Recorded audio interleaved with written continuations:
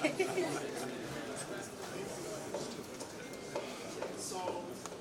again, the record is managed by our system. So, when I don't run it, it's not just disrespecting anyone. So, legal counsel, you are free now. But be brief because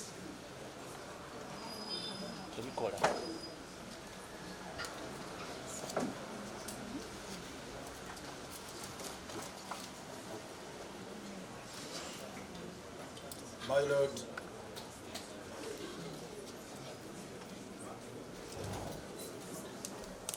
we shall specifically now address you on the second limb of our application, which is about an order of release, unconditional release of Dr. Kizza Besigye together with Obeid Lutale. And this is grounded on the provisions of Section 38A, where this honorable court is clothed with jurisdiction and powers, my lord, in situations where the applicants are incarcerated without any lawful orders to, my lord, grant an order of unconditional release. And this is the provision, my lord, that the High Court may at any time where a person is deprived of his or her personal liberty otherwise than in execution of a lawful sentence or order imposed on that person by a competent court upon complaint made to the High Court by or on behalf of that person, and if it appears by affidavit made in support of the complaint that there is a reasonable ground for the complainant, court is given powers to give award and so on and so forth. The gist of the matter, my lord, is about court being satisfied that a person before court is detained without lawful orders. My lord, these facts are brought out in the affidavit. before you proceed, I think the AG or the representative in the court can he formally be on record? Or if I have seen badly, then you can. And bold. The microphones are sensitive. You can speak from there. We have many lawyers.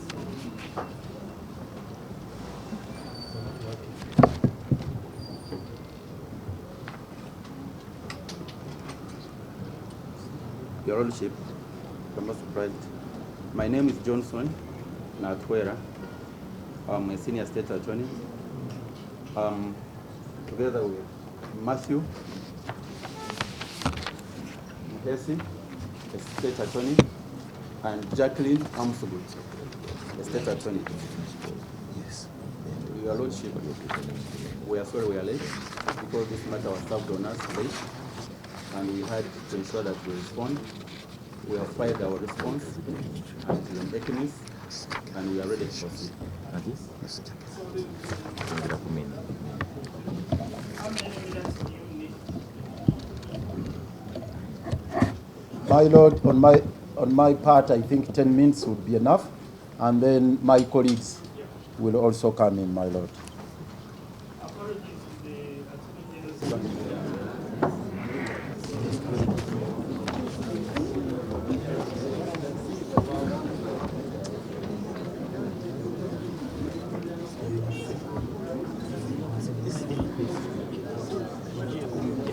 My lord,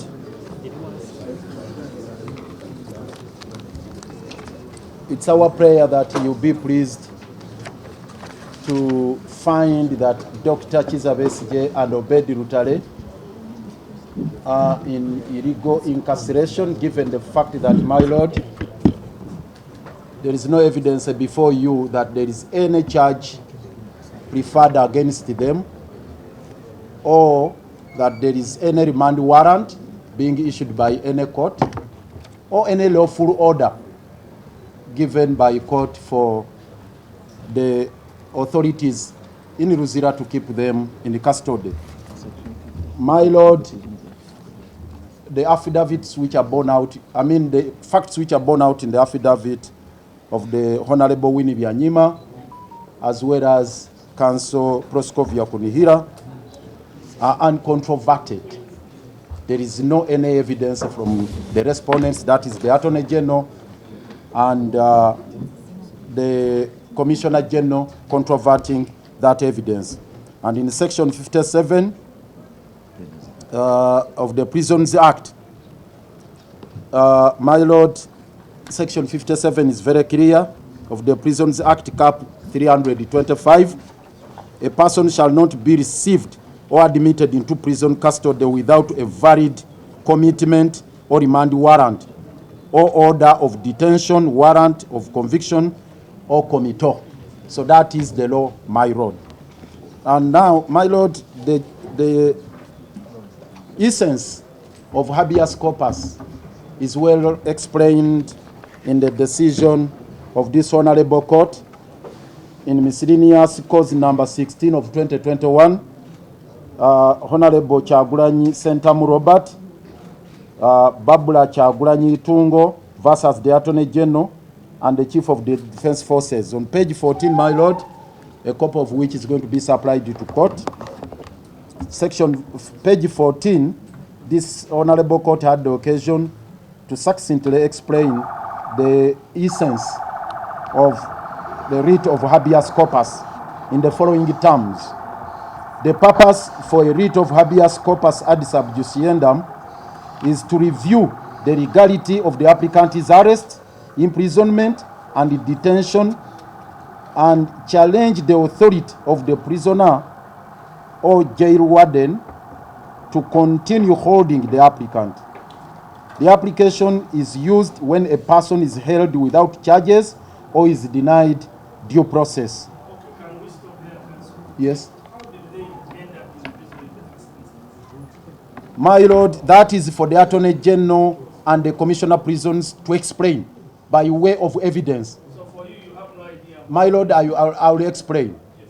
My Lord, initially there were charges that had been preferred against them as explained in the affidavit of Winnie Byanyima and the Proskovia Kunihira. My Lord, that is well explained. If I may go there, my Lord, to read the relevant paragraphs. The explanation is that, my Lord, the defunct General Court Martial had preferred the charges against them, and on the 31st day of January, my Lord, this year 2025, the Supreme Court unequivocally pronounced itself on the constitutionality of the proceedings before the General Court Martial.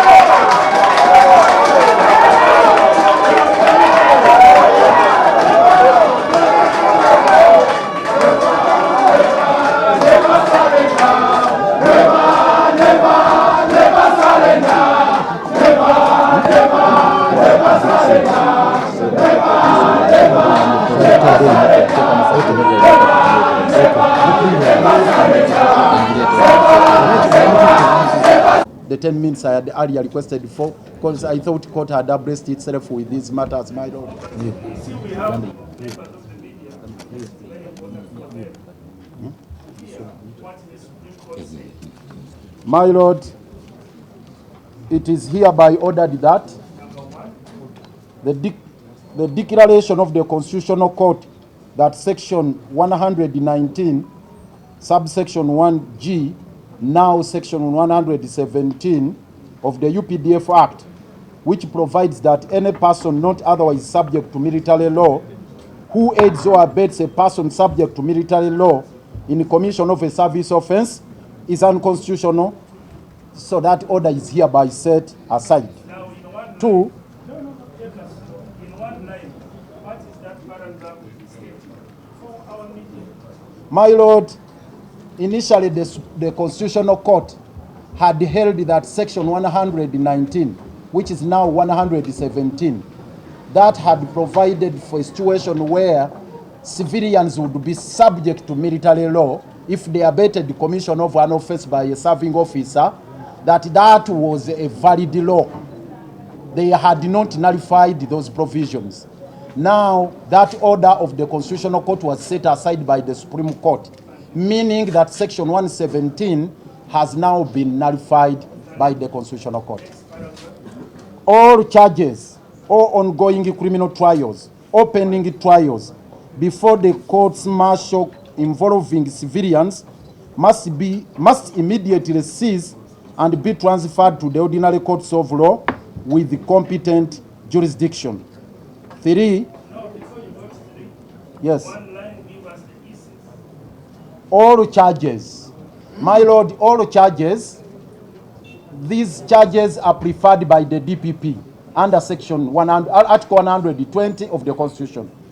The charges before the General Court Martial are not sanctioned by the DPP. So the charges to be taken or transferred to the civilian courts pursuant to this particular order are those ones sanctioned by the DPP. As we speak right now, there is none, my lord.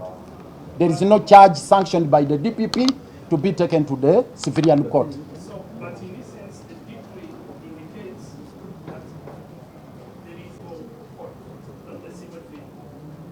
Is that how I understand it? That they can, yes, my lord, a court of competent jurisdiction. So, address us very briefly whether I am a court of competent jurisdiction. Deal with that. In regards to taking Puri, this is not a court of competent jurisdiction. But in regards to the matters before you, Habeas Corpus Addis Abjusiendam, we are in the right forum, my lord. Yes. This judgment shall have no retrospective effect on any conviction made and sentences imposed prior to the date of this judgment, save where the conviction and sentence is being challenged in a court of law. And this is not applicable to the applicants because they are not convicts. And finally, my lord, no, the second last one. All pending trials or partly hard criminal cases that fall under the civil law court's jurisdiction, which are against members of the UPDF who are subject to service law, must be transferred to the civil courts with competent jurisdiction. It is also not applicable. It's for the serving members of UPDF. 5. Save for the issue of the establishment of the General Court Martial as a court of law, this appeal fails and is hereby dismissed. That is. Very briefly, how many paragraphs are applicable in our motion before this court? My lord, it is as far as the matter before you is concerned, it's paragraph 1. Only paragraph 1 where, all right, my lord. My lord, the submission is that following this declaration or pronouncement by the Supreme Court, the proceedings hitherto pending before the General Court Martial under Section 117 of the UPDF Act became a nullity. They were quashed, and there are no proceedings pending against the accused persons. And that brings us within the realm of the prerogative order of the writ of Habeas Corpus. We have already cited Section 57 of the Prisons Act, and also now the Section 38 of the Judicature Act. And now we are addressing you on the issue of curtailment of liberty and the remedy that court is enjoined to grant. No, my lord, we are given the nature of this matter, my lord, and the circumstances concerning the dire state of our client, particularly Dr. Kiiza Besigye, his health status. We deemed it imperative that my lord. At least I can go on record. What was the media? The picture seems to be any we all agree. His condition has improved. No. For me, I'm really clear that what have been written about his status is 1 minute. 3 minutes, my lord. Most obliged, my lord. My lord, I've already addressed you on the question of liberty under the authority of Kyagulanyi and Babla Itungo. one aspect which I needed to point out in this particular authority, still on page 14, liberty is defined by Black Law Dictionary, freedom from arbitrary or undue external restraint, especially by government. And this is, my lord, the import of the spirit of Article 23 of the Constitution, which guarantees liberty of Dr. Kizza Besigye and Obeid Lutale. In this particular case, my lord, under Article 23, first of all, they have not been informed of any offense under which they are, which they may have committed, and the reason why they are in Luzira, and there is none. Two, my lord, Dr. Besigye has no access to a personal doctor right now for proper medical examination. And that is a very serious matter, my lord, because in as much as by a cursory look here, court can make one observation that maybe is improving. My lord, his state, the circumstances compel that an order be issued for Dr. Besigye to regain his liberty, to be able to access a medical facility of his choice, so that he can be thoroughly examined to assess his health situation and get proper or specialized treatment. My lord, the final authority I would like to cite on this one is Chwanka John and others versus the DP Director General of Internal Security Organization. It is miscellaneous cause number 9 of 2021, where again this honorable court decided that a writ of habeas corpus applies in cases of illegal detention and is meant to secure the personal liberty of a person under such illegal detention upon determination of the validity of such detention by the court granting the writ. I agree with the counsel for the applicant that preservation of personal liberty is crucial and should only be derogated from in exceptional circumstances where there are court orders. And that is the position of the law. So this particular law, my lord, is reinforced by Section 15 of the Human Rights Enforcement Act. My lord, and this is where we are grounding our prayer. Section 15 of the Human Rights Enforcement Act of 2019. Maybe to share some information with you, counsel, there is a separate application grounded on the enforcement of human rights by a number of lawyers. That file is before another judge. Let me not go there, my lord. Let me sum up, my lord, my submission under Section 38. My lord, it's our humble prayer. Now that the Attorney General and the Commissioner General have not in any way attempted to justify the incarceration of Dr. Kizza Besigye and Obeid Lutale, my lord, you be pleased to order for their unconditional release, and specifically for Dr. Kizza Besigye to be able to access a medical facility of his choice, so that he can be attended to by physicians of his choice.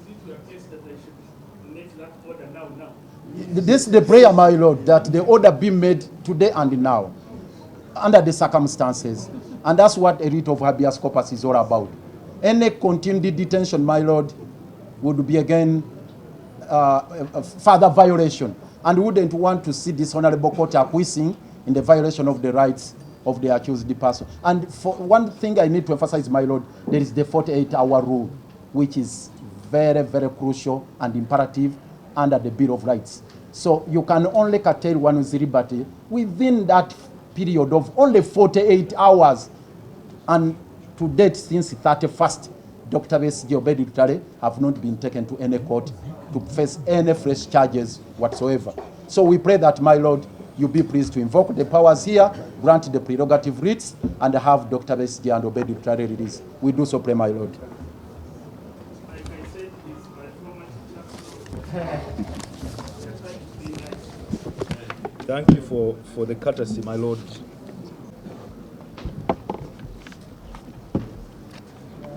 My lord, maybe to just make two very simple points. It appears that this writ, the matter before you, is being constructed around the decision of the Supreme Court. But before we even arrive at the decision of the Supreme Court, I think there are two simple points that must be made. Personal liberty can only be curtailed on the basis of some lawful order. That lawful order cannot be verbal. It must be documented. It must be demonstrable. Otherwise, the curtailment of that liberty is unlawful.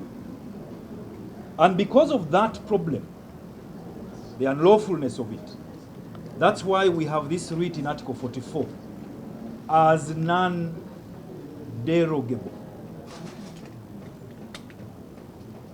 This writ has not always existed. In the 1962 Constitution, it wasn't there. But from the case of Grace Vinjira was 1966. It was recognized as a common law writ. It then came into the 1967 Constitution thereafter and was maintained into the 95 Constitution. But it has two limbs. One has been satisfied. And perhaps the most common one that has been satisfied is that the person has appeared here. But like Vinjira's case, it was known where Grace Vinjira was being kept. It wasn't a case of, the common thing where people sort of disappear in courts. It was known where he was. Just like it is known where these applicants are. In fact, we need not say much because when they came here, they were in the company of other officers of the state who have a unique attire. So we were able to tell that they are in custody. So we knew where they were.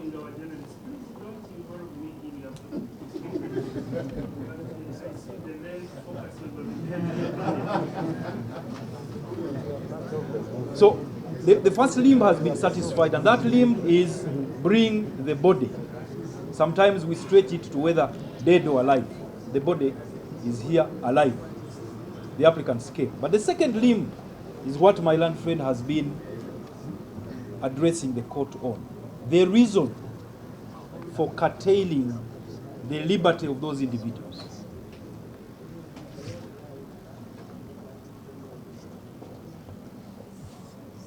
My Lord, the Supreme Court did not say that those who are incarcerated should remain incarcerated, except for those who had been convicted.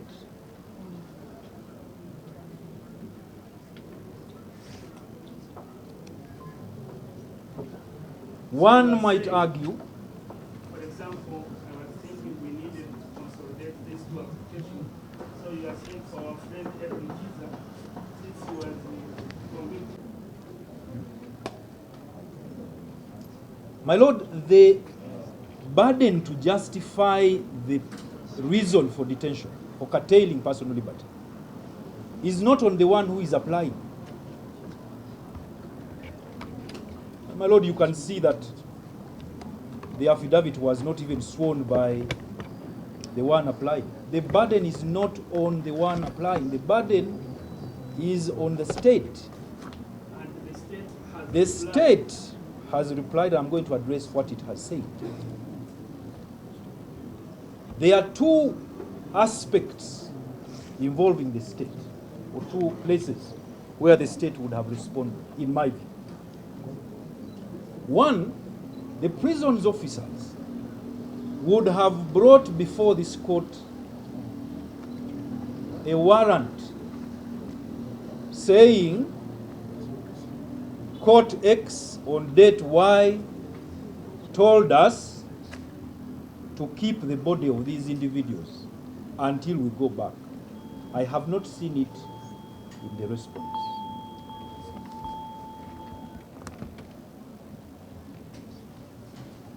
The second possibility would have been that they are pending charges, and this is the charge sheet. My Lord, those pending charges can't come from the court martial.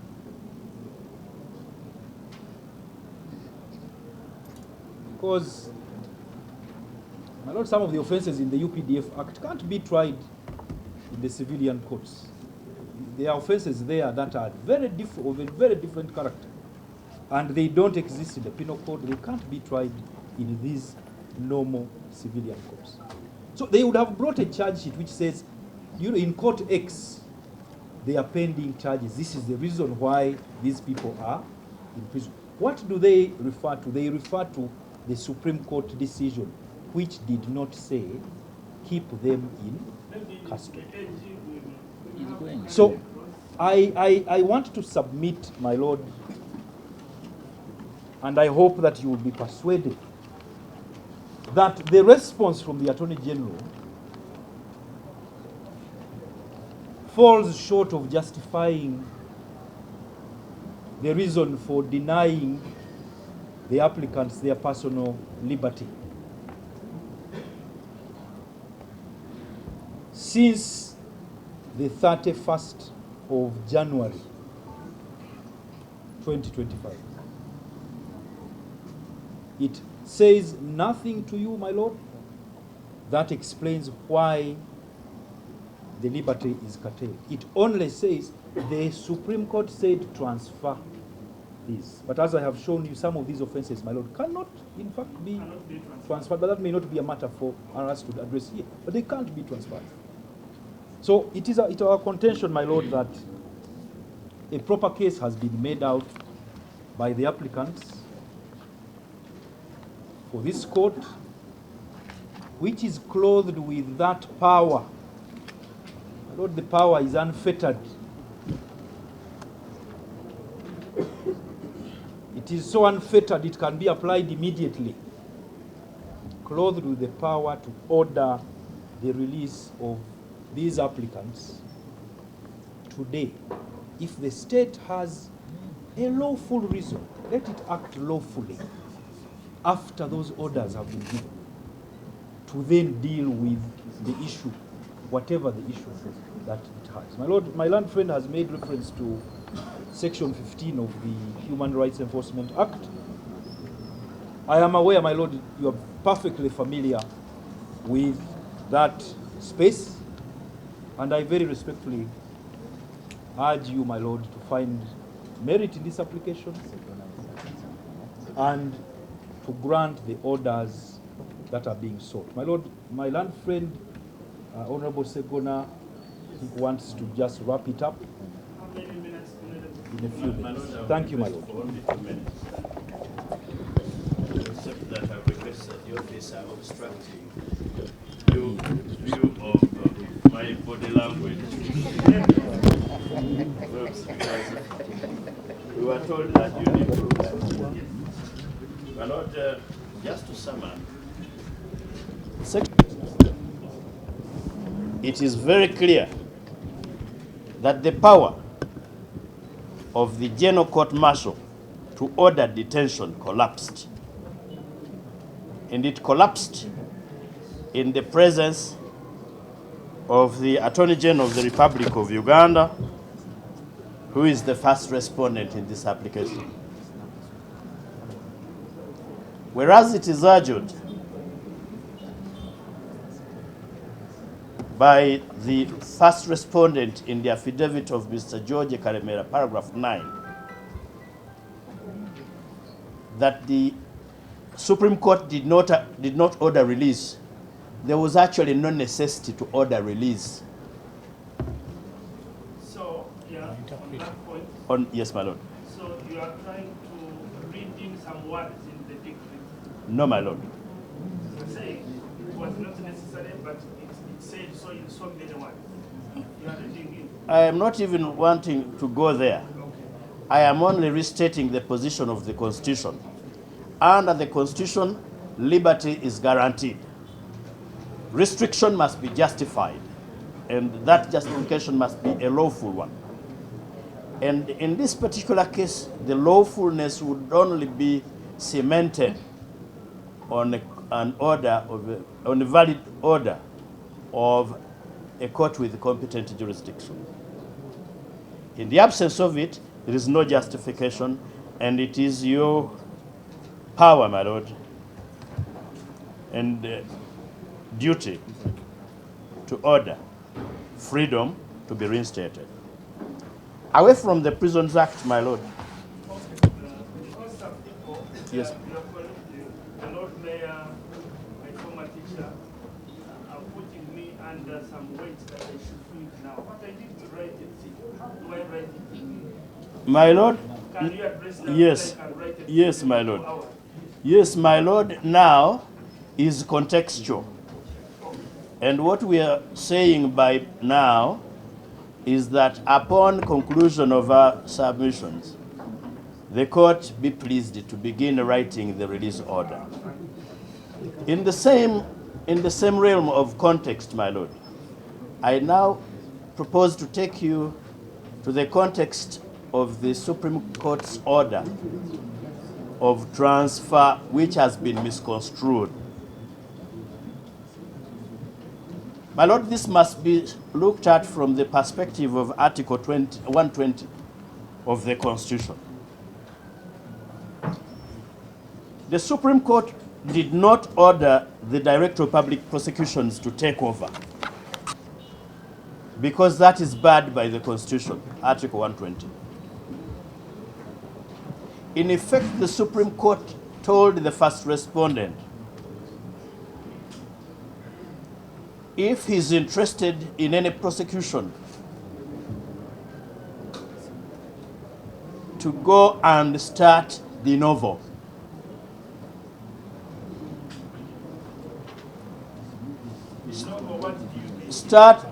Do a fresh investigation, a fresh complaint.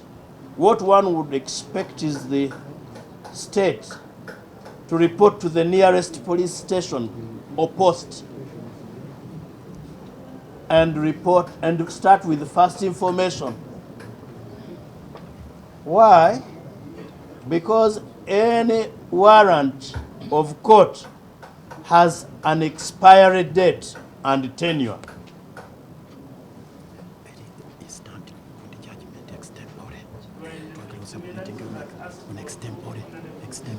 Thank you.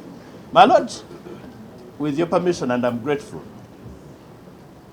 because the DPP cannot take over, the transfer order must be contextualized to mean, if you are interested, start a fresh complaint system.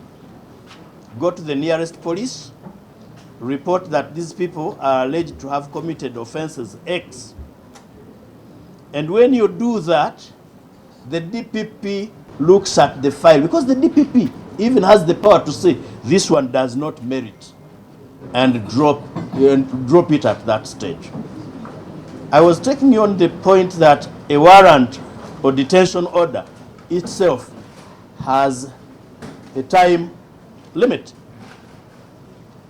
Bring back this person on this particular date. That is axiomatic.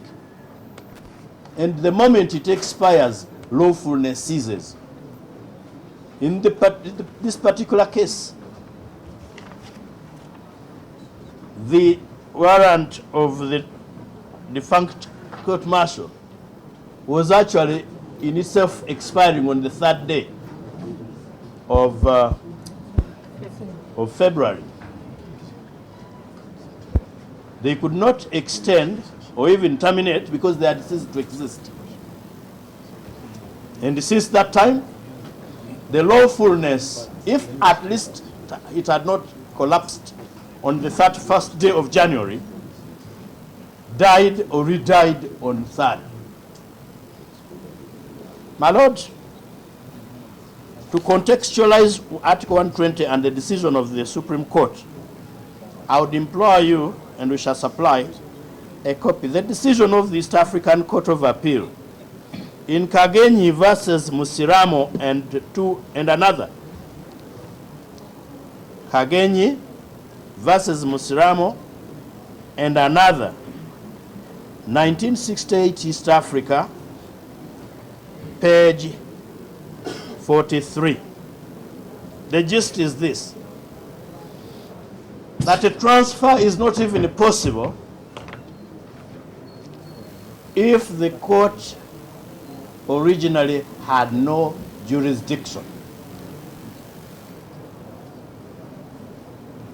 the decision of the Supreme Court, or even the Constitutional Court before, are to the effect that from the word go, the General Court Martial had no power, had no jurisdiction. So there was nothing to transfer.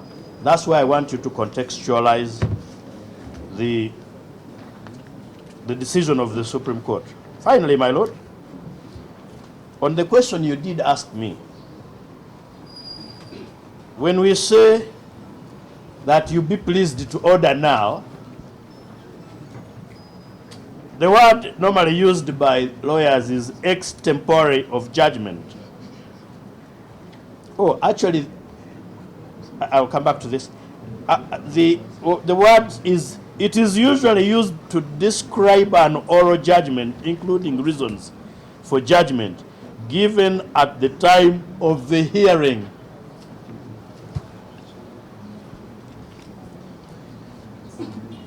That is the context of we propose and implore you to find pleasure in ordering release now. But this particular case of Kageni versus Musiramo was cited with approval in Rose Wanjiku Njau, Rose Wanjiku Njau versus Nicholson Philip and two others. Miscellaneous criminal application number 387 of 2012 by the Supreme Court of Kenya. To sum up, my Lord, in one sentence, the affidavit of Mr. George Karemera,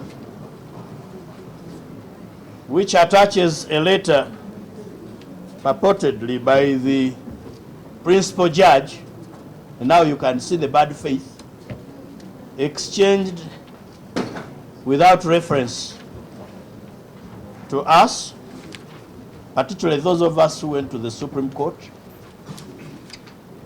does not place a lawful justification. It only talks about the administrative measures. For the benefit of our media house. Yes, my Lord. Just give the essence, because you have made reference to that letter. Yes, my Lord. Essence of the honorable principal judge's letter. What is it in principle? State. My Lord, in principle, the Honorable Principal Judge is communicating measures taken by the judiciary administratively to guide the process of moving these files away from the deceased court martial. Let's bullet those measures. We can speak about 3 measures in the bullet form. No, my Lord. The principal judge, the Honorable Principal Judge does not bullet those measures. I'm talking about bulleting in our... I'm avoiding the bulleting because I'll be reading into his letter, but I can read it. I have received rights to the Minister of Defense and Veteran Affairs and to the Director of Public Prosecutions. I have received the attached self-explanatory letter from the Honorable the Principal Judge, the Chief Justice, advising that files pending before the General Court Martial that were subject of judgment of the Supreme Court and in the captioned case be handed over to the Honorable Principal Judge for further management. Bullet number 1, all files to go to... Yes, yes. This therefore is to bring, yes, bring them to the Principal Judge.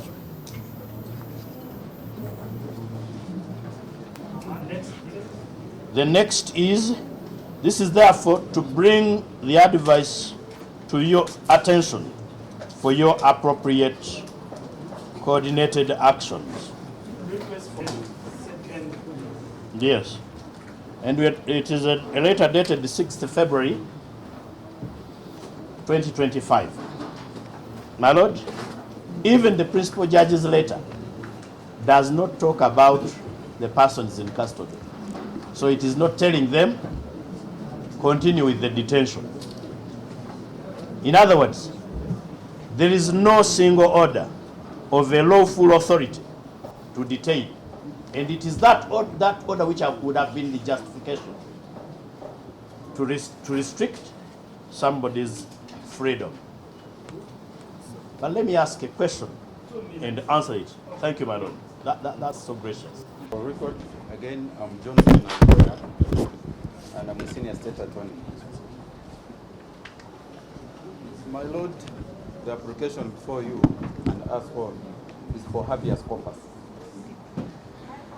And for habeas corpus, it has elements that you must prove for it to be granted. One is that a person or the applicant was arrested. The said applicant is in detention, whether by state or anyone else.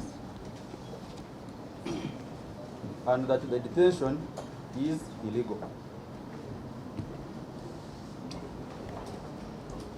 It's not in contention that the applicants were arrested and are in detention. The only issue is whether their detention is legal or illegal. And it is our contention that their detention is lawful. Your Lordship, we are not here to review the Supreme Court decision. Okay, let me go slow. And I have to. So we are on the lawfulness. Yes. Point number one, bullet one is this court cannot review the Supreme Court decision. Absolutely. And this is not the purpose of this application.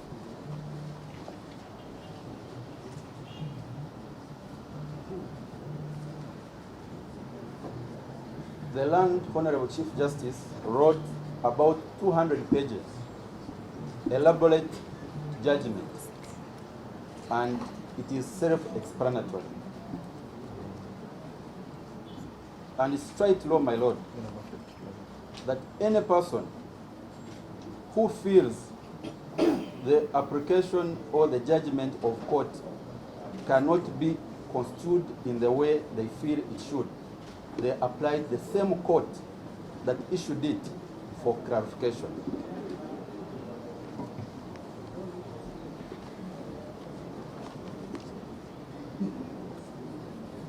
My Lord, I'm not here to impose words, interpretations, because I'm not qualified to interpret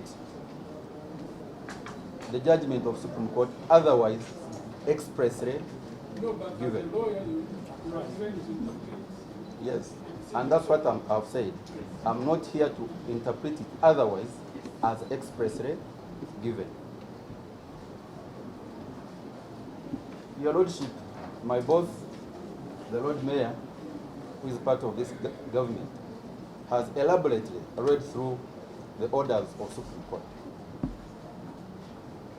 And if any case would be on my side, defending government. He has elaborately read through the orders of court, dot by dot, word by word, and nowhere did the court say release. It only gave an order of transfer.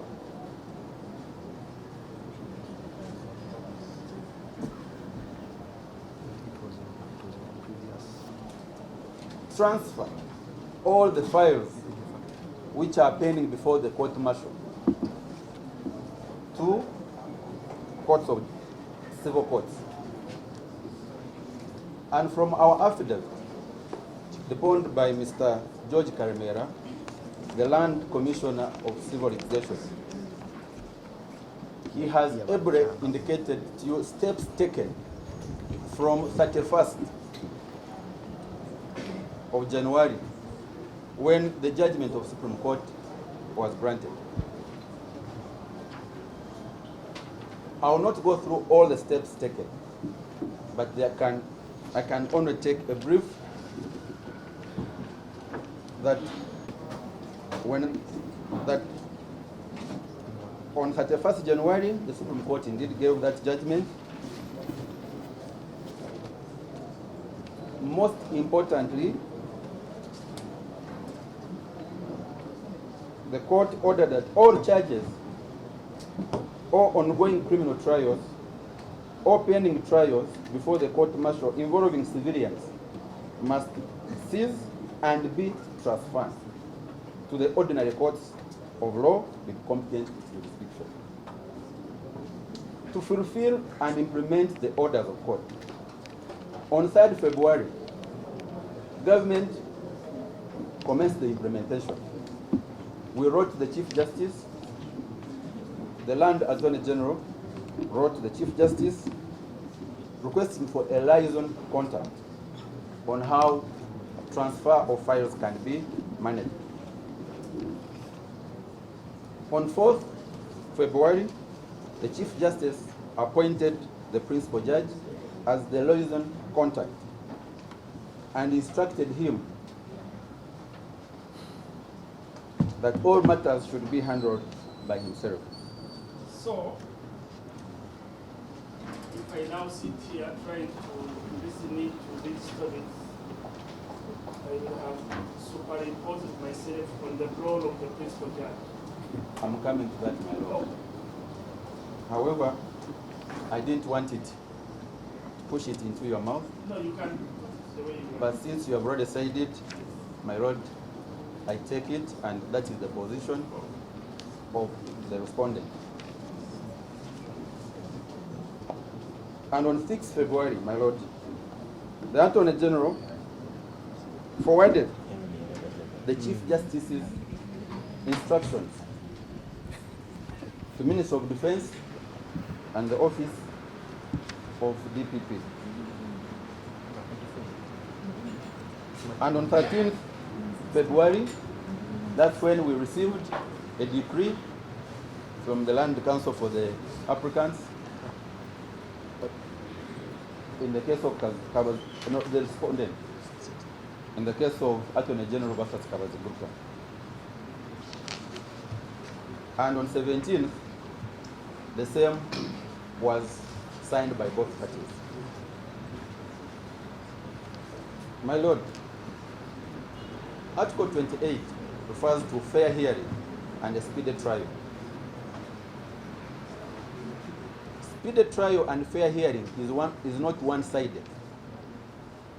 It is both parties. In this case, the applicants and the state. The state has taken action to implement the orders of court. The orders of court are clear to transfer the files. And it's not in contention that indeed the applicants had been charged at court-martial and they had been remanded and there was a warrant for their remand. If the Supreme Court wanted to cancel the remand warrant, it wouldn't have taken a paragraph after almost 200 pages to mention so. It only said transfer the file to ordinary courts. And that's what the state is doing. It would be contempt of court, Of this court. the Supreme Court, for this court to order otherwise.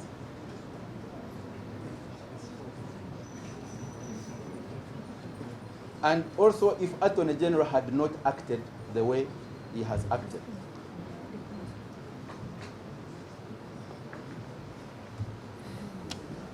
The fact that the Supreme Court ordered transfer and did not nullify or order release all the accused in the court-martial. And for your information, my lord, it's not the applicants alone who were before the court-martial. There are many. The fact that there is no order on court record. I have had my land senior colleague Honorable Segona trying to explain what is not in the judgment of the Supreme Court. I don't know whether we have different copies of the same judgment, but there is nowhere where the Chief Justice said otherwise, apart from transfer. And if he wanted so, he would have mentioned it.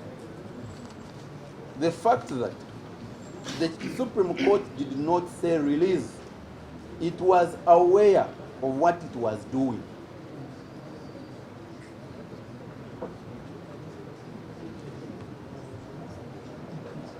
And in that so, it validated all the orders that all the suspects are based on to be in prison.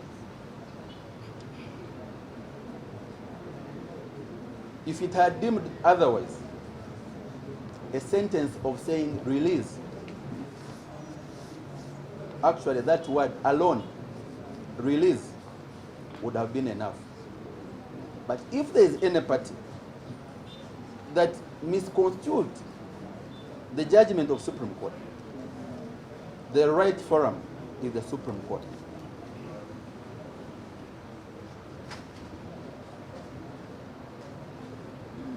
As an officer of this court, Honorable, I need to guide that do not be misguided by my land colleagues from the other party. Just to quickly correct you, it's not likely that a judge can allow that.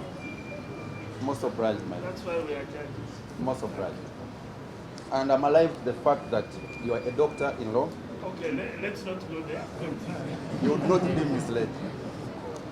So the aggrieved party in this circumstance, my lord, for the misinterpretation of the Supreme Court decision, it would go back to the same court that issued the same order, what it meant by saying this. It is in the interest of the state and for the people of Uganda that justice is done on both fronts.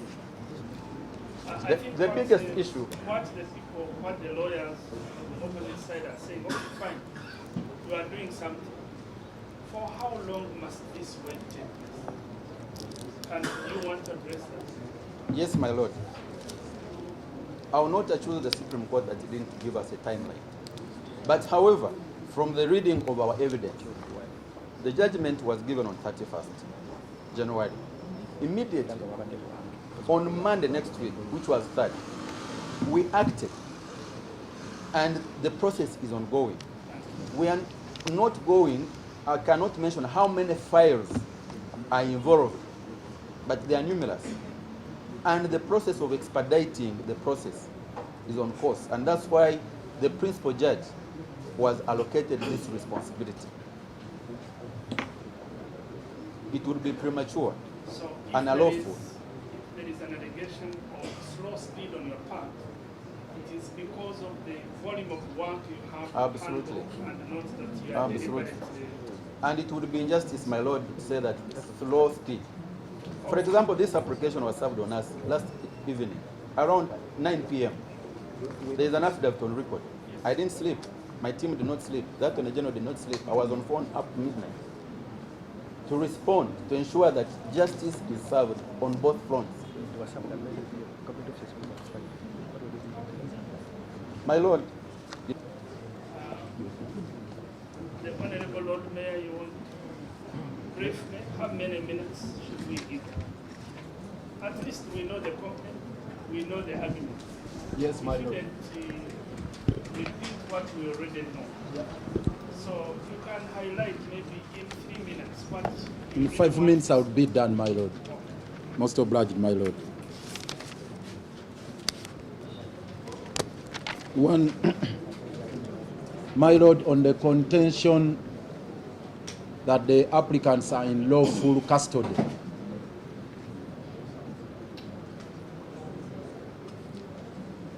My lord, we are really disturbed by the justification given by the senior state attorney here. Reading it too much into the Supreme Court decision is suggesting that by ordering a transfer of the files, by extension, the remand warrant was extended. That is, if I got him well, correct. That is an absurdity, my lord. He reached a point of suggesting that if court held otherwise, it would amount to contempt of court. If this honorable court held otherwise, that it would amount to contempt of court. We take exception to that, my lord, on the following grounds. One, my lord, the Supreme Court was categorical in its directions.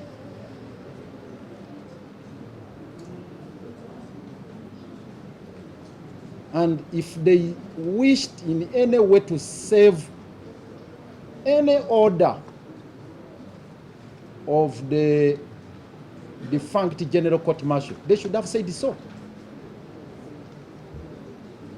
If in any way they deemed it necessary to keep the applicants on remand pending transfer of their files, they should have expressly stated so.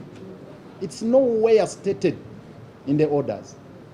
My lord, the Supreme Court went ahead even to give structural interdicts in regards to areas of amendment to guide the Parliament. If they could go out of their way to guide the Parliament, if they are to come up with a new legislation, the parameters, the principles, how about on the issue of remand, if indeed they wanted the applicants to remain on remand pending a transfer? That is one. Two. No, before you leave that, yes. The way I understand the structure internet, when the court will say you have to do A, B, C, D within 6 months or 1 year. If you don't do it within that time, we shall do it like for you, and the wordings shall be like A, B, C, D. Yes. That is how I understand the structure here. Is this what the Supreme Court said? No, that is for the legislative process. There were structural interdicts. But for declarations, my lord, they have to be contextualized within the existing constitutional order. Now, for the transfer of charges and the files, they have to be put within the context of Article 24, rather Article 23 of the Constitution. And I will read it. Article 23, I'm being bombarded. Sorry. Article 23, 4B, the 48-hour rule.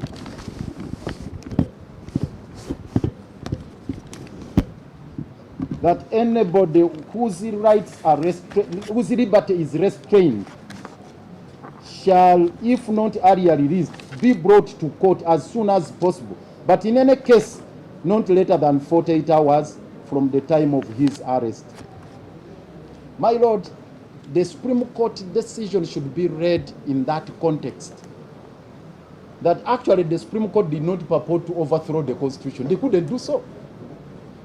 So if the state wished to continue with the prosecution of those cases that hitherto were being handled by the General Court Martial, the time frame is set by the Constitution, 48 hours. And in lawful custody, I don't want to give them the advisory, but if I were to go there, what I would do immediately, you would get them from prison within the 48 hours, take them to police, in police custody, because you'll then be breaching section 37 of the Prisons Act to keep them on remand without a remand warrant. If I may ask, my lord, the state attorney who is justifying the detention. Are asking the court so The that court. we give you the answer. Okay, for this. let me give the answer here, my lord. No, it is okay. You can ask and we frame it as a question. Okay, let me frame it as a question, my lord. Are the applicants right now on remand? Are they on remand?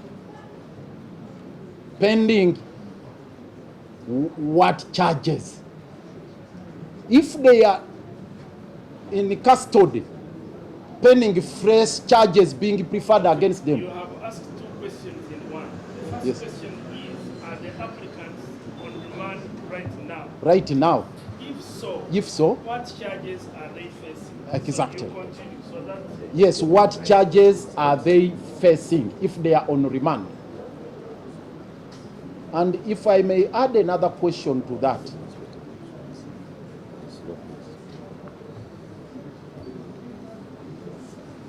if indeed they are awaiting transfer of their cases or charges for that matter, in the affidavit here they are indicating those charges, those matters are being handled by the DPP.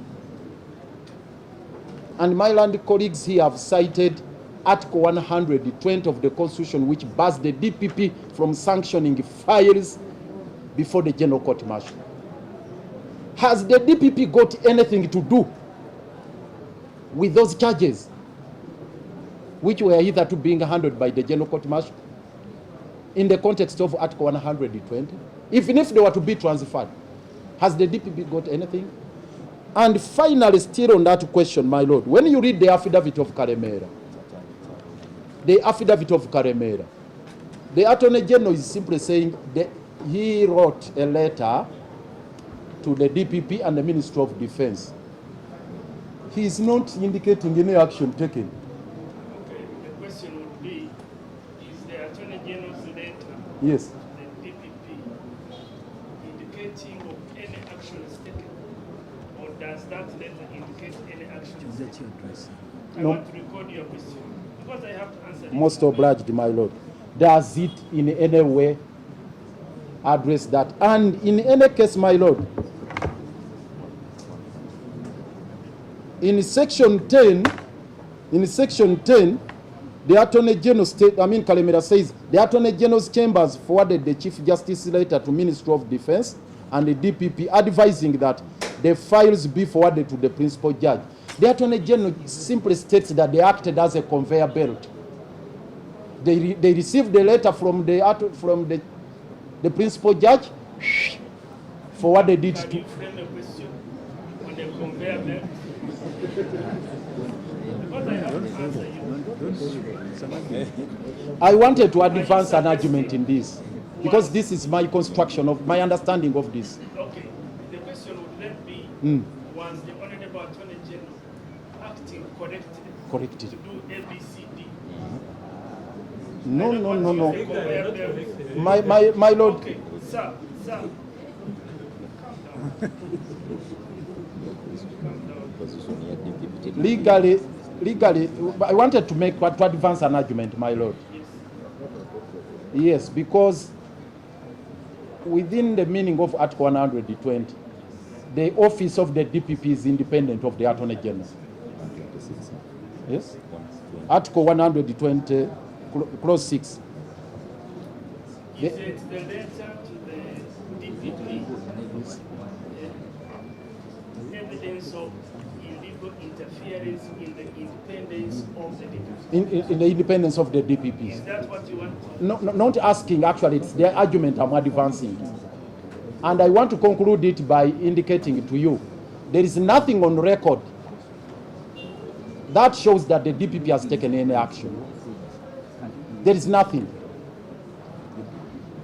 There is no record whatsoever that the DPP has taken any action under Article 120 in their evidence.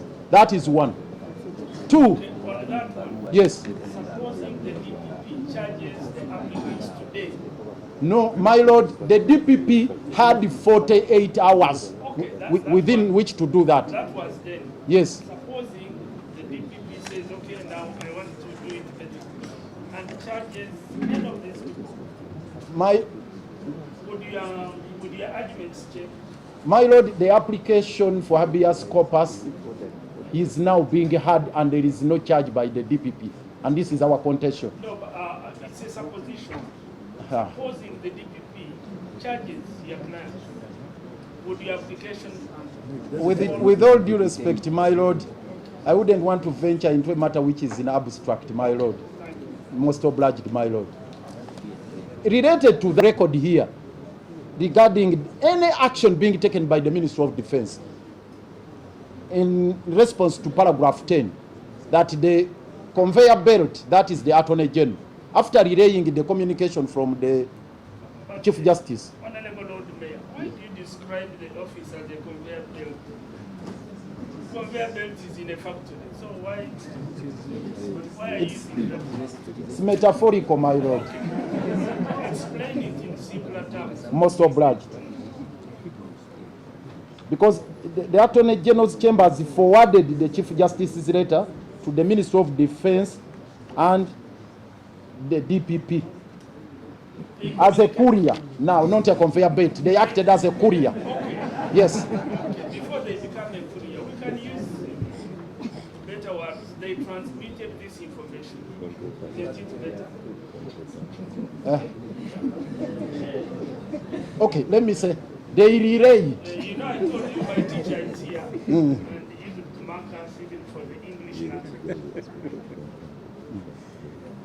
Most obliged, my Lord. You'll excuse me for my diction, which not extend beyond what I have. Courier, conveyor belt, You can use and your colorful language, then simplify. most obliged, my Lord. So, my Lord, after relaying this message, this communication, transmitting it, actually they just transmitted the communication from the Chief Justice. After the transmission of that document, no evidence is shown that action was taken by the Ministry of Defense. And they have the luxury of telling this honorable court that the process is ongoing. You should be winding up. My Lord, I'm concluding. And they are saying they are overwhelmed by work. This is the point I wanted to make. What work are they overwhelmed by? Because theirs was to transmit the letter to the Ministry of Defense and the Attorney and the DPP. So what work is it that they are doing? What is it that is overwhelming them? Because they are not involved in the process of the transfer of the files. They have admitted on record. They are not involved. So what is it that they are doing which is overwhelming them? I submit that actually they are not doing anything. And I pray that court should not in any way, my Lord, countenance in whatever they are doing, which violates Article 23. Whatever they needed to do in as far as transfer of charges, if any, it should have been within the context of... I mean, there is no way we can get involved in what they are doing in the breach of the law, because we had added on schedule this matter on next week. No, if they wanted to prove that there is any action being No, taken... I just wanted to make sure the court is Most not of- casting bad light. Most obliged, my We Lord. cannot do the edges bidding because we had scheduled this matter for next week on 25th. We had the energy, so to speak, to bring it forward, suggesting that we are interested in what is happening. So we are still good. Okay. Most obliged, my Lord. The final one, my Lord. Look at it Yes. and see the point and encounter it. Because the court seems to say even when there are some problems, Yes. you cannot succeed easily under habeas corpus. That's what you want. And my Lord, I defer. Yes. Now I want you to define. First of all, the facts that we're dealing with, I think, are different from the basis upon which this decision was made. Under our law, what the respondent, and there are two of them here.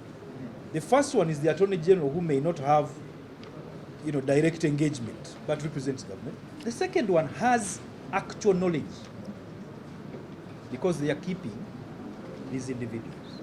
That is the Commissioner General. The Commissioner General. Commissioner General has said nothing in response to this application. And I'm not talking about the person of the Commissioner General, but prisons has said absolutely. But at least they Nothing. brought the people there. So they have not done nothing. No, they have said nothing about the lawfulness Okay. of the detention. And my Lord, it's important that we focus on the lawfulness, because the lawfulness, in my opinion, comes out of three things, which they could have demonstrated if indeed they existed, but they can't demonstrate because those things don't exist. Is there a charge sheet anywhere which says they've been charged, they've been remanded? No, there isn't. Is there a warrant that remands them beyond the 3rd of February 2025? No, there isn't. And that's why it hasn't been brought here. Is there any order of any court? That's the third point. Any court anywhere, even if it was an LC court, that says remand them. My Lord, there isn't. So when we go back to the burden of proof, that fact, that is especially within the knowledge of the respondents, the reason why these people are in custody has not been brought before you. You have been treated to the argument that we are doing the best we can. The best they can be done when these applicants are enjoying their liberty. That is what the Habeas Corpus application is about. The moment they can't demonstrate this fact, especially within their knowledge, my Lord, we pray that you be persuaded to find that the third point on which we agree with my learned friend as important has not been proven by the respondent. The affidavit is here, my Lord, you will read it. There are averments with no attachments, saying something but nothing is demonstrated, saying something but nothing is demonstrated. This matter would have been very easily dealt with if there was a court order, a remand warrant, or a charge sheet. Simple as that. We wouldn't have said much. We would have just looked at it and said, oh my God, this is it? Okay, we understand.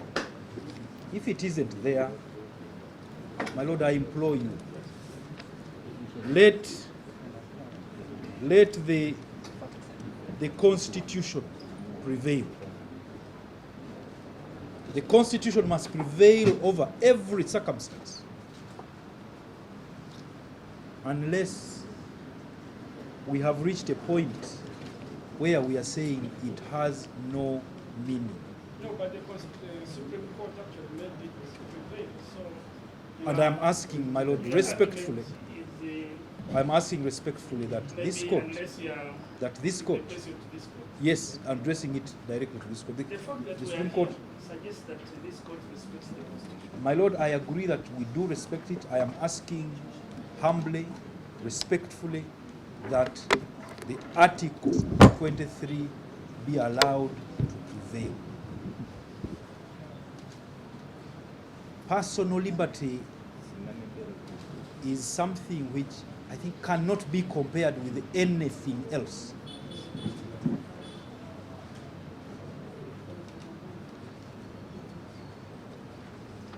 Being incarcerated for lawful reason is terrifying enough. Being incarcerated for no reason at all has no place at all under this Constitution, unless we are applying a different one, and we are not.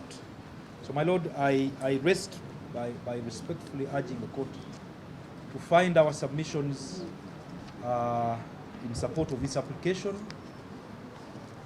convincing, satisfying, persuading enough for you to grant the order. That order, as my Lord, can be granted extempore. Circumstances do sometimes dictate that. But that, my Lord, we will leave. That one I will not do. That we will leave to the court to determine. I thank you, my Lord. I'm doing it deliberately so that if the tone is a bad one, then we abandon it. Of course, I must apologize, my lord. With this age, by the time I went to school, we were learning difficult words in the ears of some other people. But I'm only saying, you have a non-compliant and delinquent detainer who does not want to listen to the law, the command of the law. That's why I'm saying that this is a person who is maybe outside the court we would call it. Okay, you can leave that. I use a smaller word. Yeah, no. What we are going to say outside court, let's say. Okay, in court, my lord, it is primitive arrogance for a detainer to say, I will not release until I have an order of court. Thank you, my lord. Yes, my lord.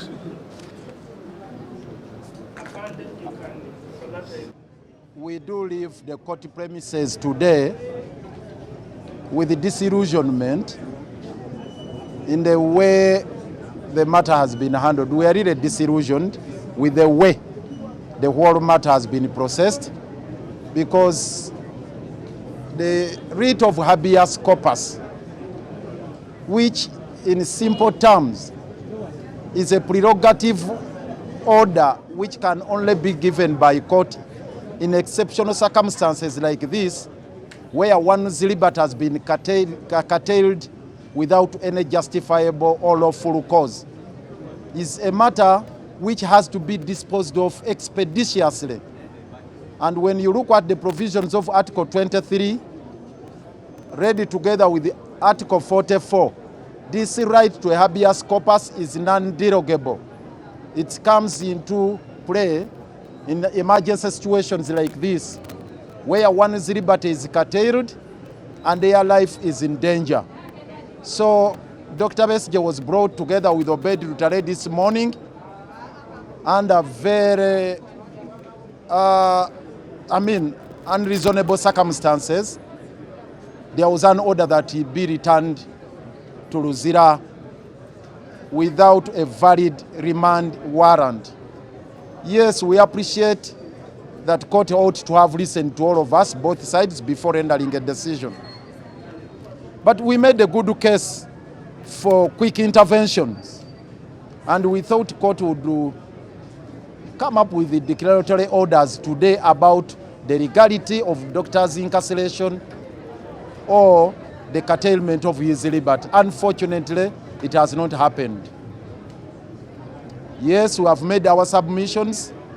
We are grateful that the judge has listened to us, and we also appreciate the fact that he interrogated the circumstances under which Dr. Besigye and other prisoners of conscience are being detained in total violation of the Supreme Court order or directive. Unfortunately, we have not got a decision today. We are walking away from the court premises without a remedy today. So we expected a decision to be delivered today. It should be instant.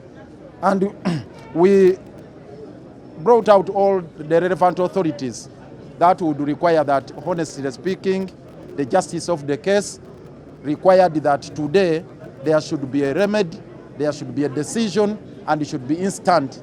Unfortunately, that is not the case. And to make matters worse, we have not been given any idea or clue as to when the decision will be given. We have been directed that tomorrow we write to the judge requesting for the date when the decision will be delivered. It's really baffling, because at least if he was not in position to give the judgment today, probably would have indicated that give me today or tomorrow, then I'll deliver the ruling within the course of tomorrow or the day after tomorrow. That was never to be the case. You see, you cannot again curtail one's liberty, which are duly guaranteed under the Constitution, the Bill of Rights, on account of the government red tape, bureaucracy. You heard their flimsy arguments. The state, the Attorney General, they are saying they are exchanging communications. The letter to the principal judge, a letter to the Chief Justice, a letter to the CDF, a letter to the Attorney General, a letter to the DPP. They are just still exchanging communication. They are hiding under red tape, under bureaucracy, to continue violating the rights of Dr. Besigye and other prisoners of conscience. We thought court would bring that to a halt, that would stop that kind of impunity. Unfortunately, it would appear court developed fit of kire and had to delay the delivery of the judgment.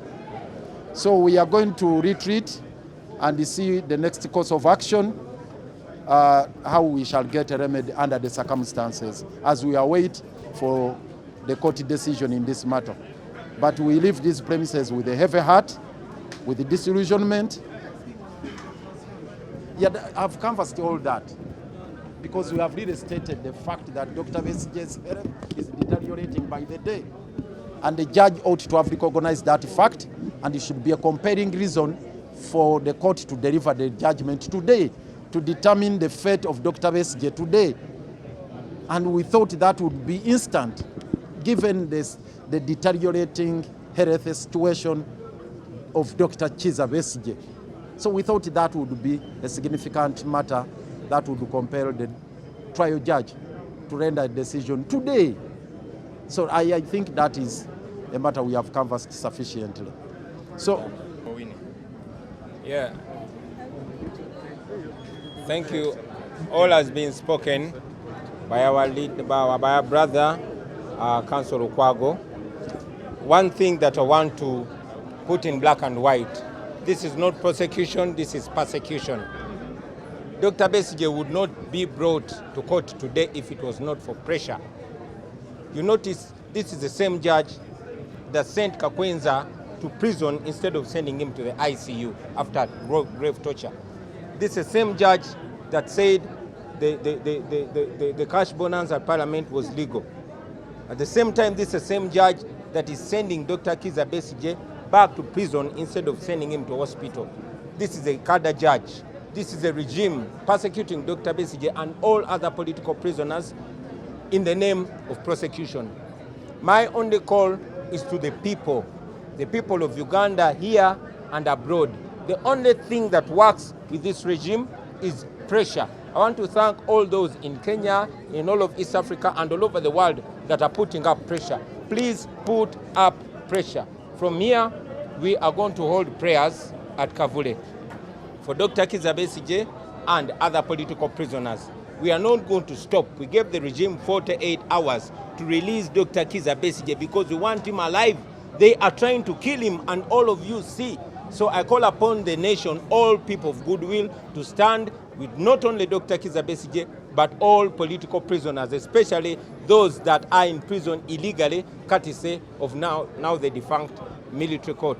So stand with Dr. Kiiza Besigye and all political prisoners, exert pressure, because pressure is the only thing that works under dictatorial regimes. Thank you very much.